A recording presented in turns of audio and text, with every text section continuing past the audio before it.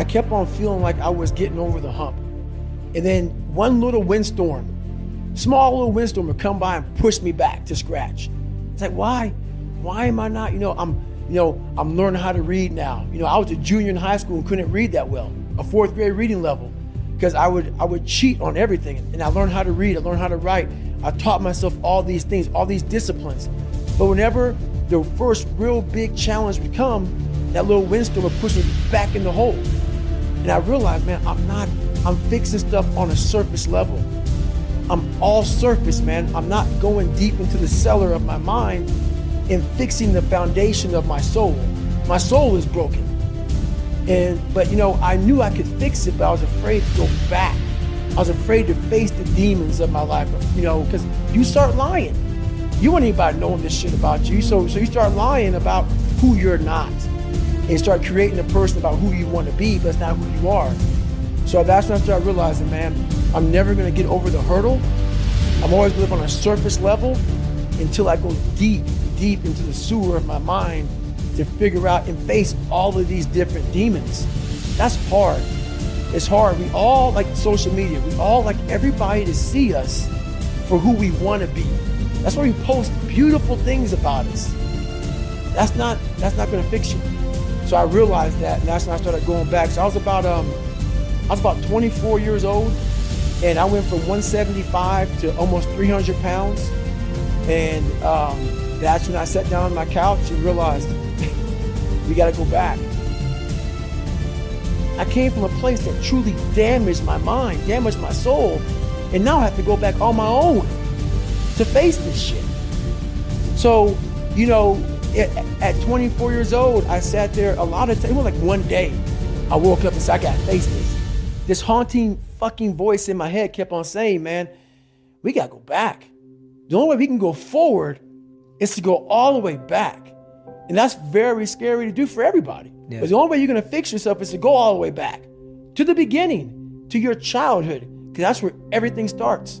You have to go back to fix all your problems. It all starts from the root, man.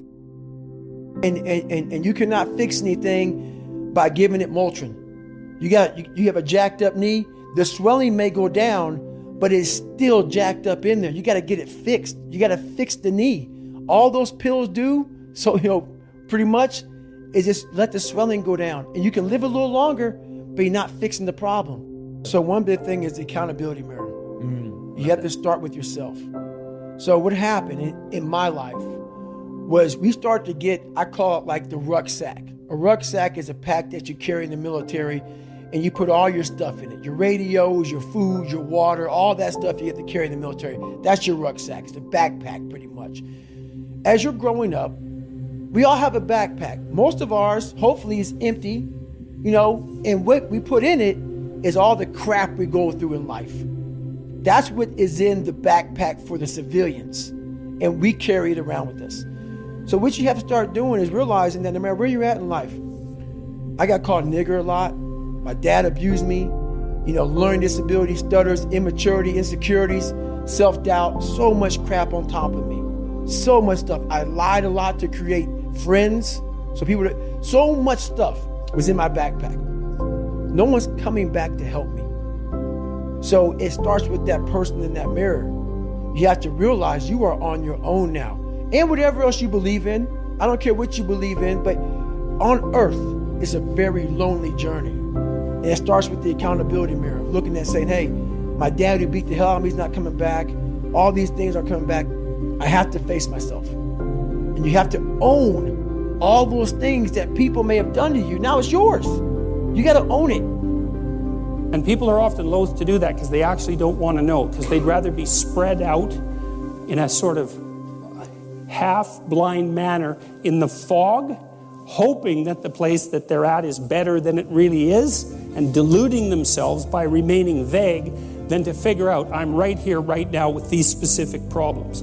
But it's actually better to do that, because if you have a set of specific problems, and you've really narrowed them down and really specified them, then you can probably start fixing them, and you can start fixing them in micro ways, bit by bit. But there's no way you can do that without knowing where you are. It's impossible. And you can kind of tell if you don't know where you are. It's quite straightforward. If you are haunted by reveries of the past, for events that are older than approximately 18 months, if they continue to come up in your mind over and over, in your dreams over and over, you haven't extracted the world out from your past experiences. The potential is still trapped in the past. And to confront the potential means to confront the dragon of the past. And of course, that's terrifying. It can seriously be terrifying. So for example, maybe you're vague and ill-formed and ill-defined because you were abused very badly when you were a child, 4 years old, something like that. And maybe you were abused by a family member, because that's generally who does the abusing.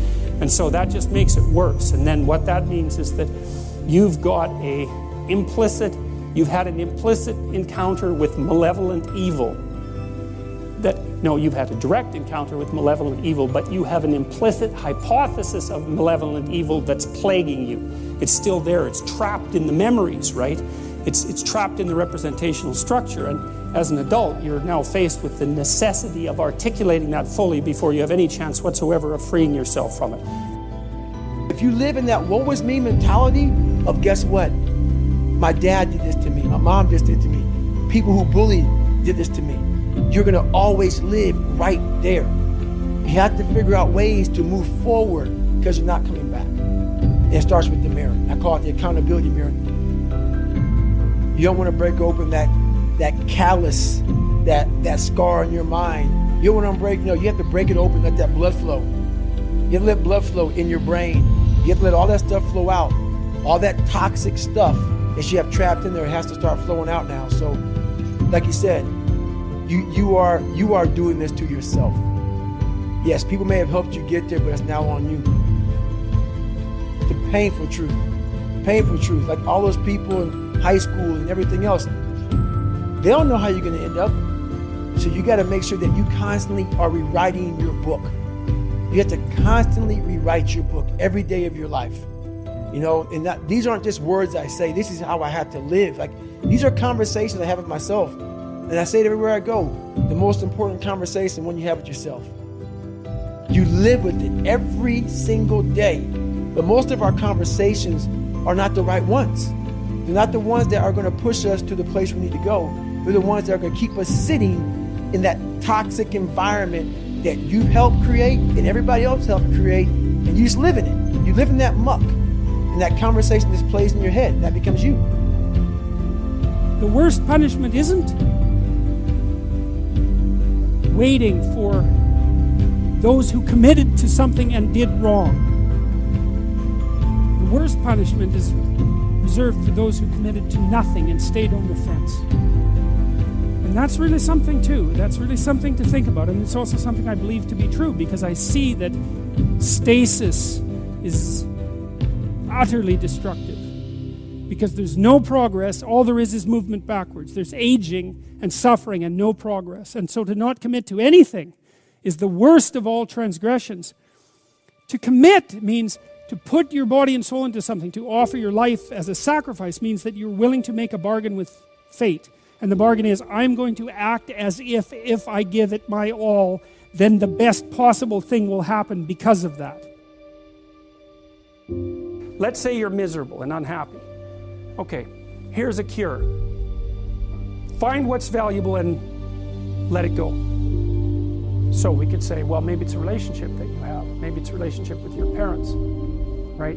And the relationship is pathological, but you're locked into it. You value it, and no wonder, because it's a relationship with your parents.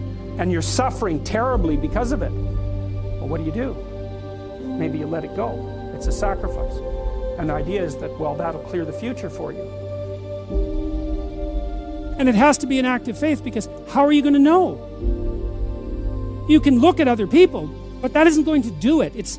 Kierkegaard was very clear about this sort of thing. There's certain sorts of truths that you can only learn for yourself through experience. And that's, of course, why Abram also has to go out alone, right? He has to leave his kin. It's an individual, it's the individuation process.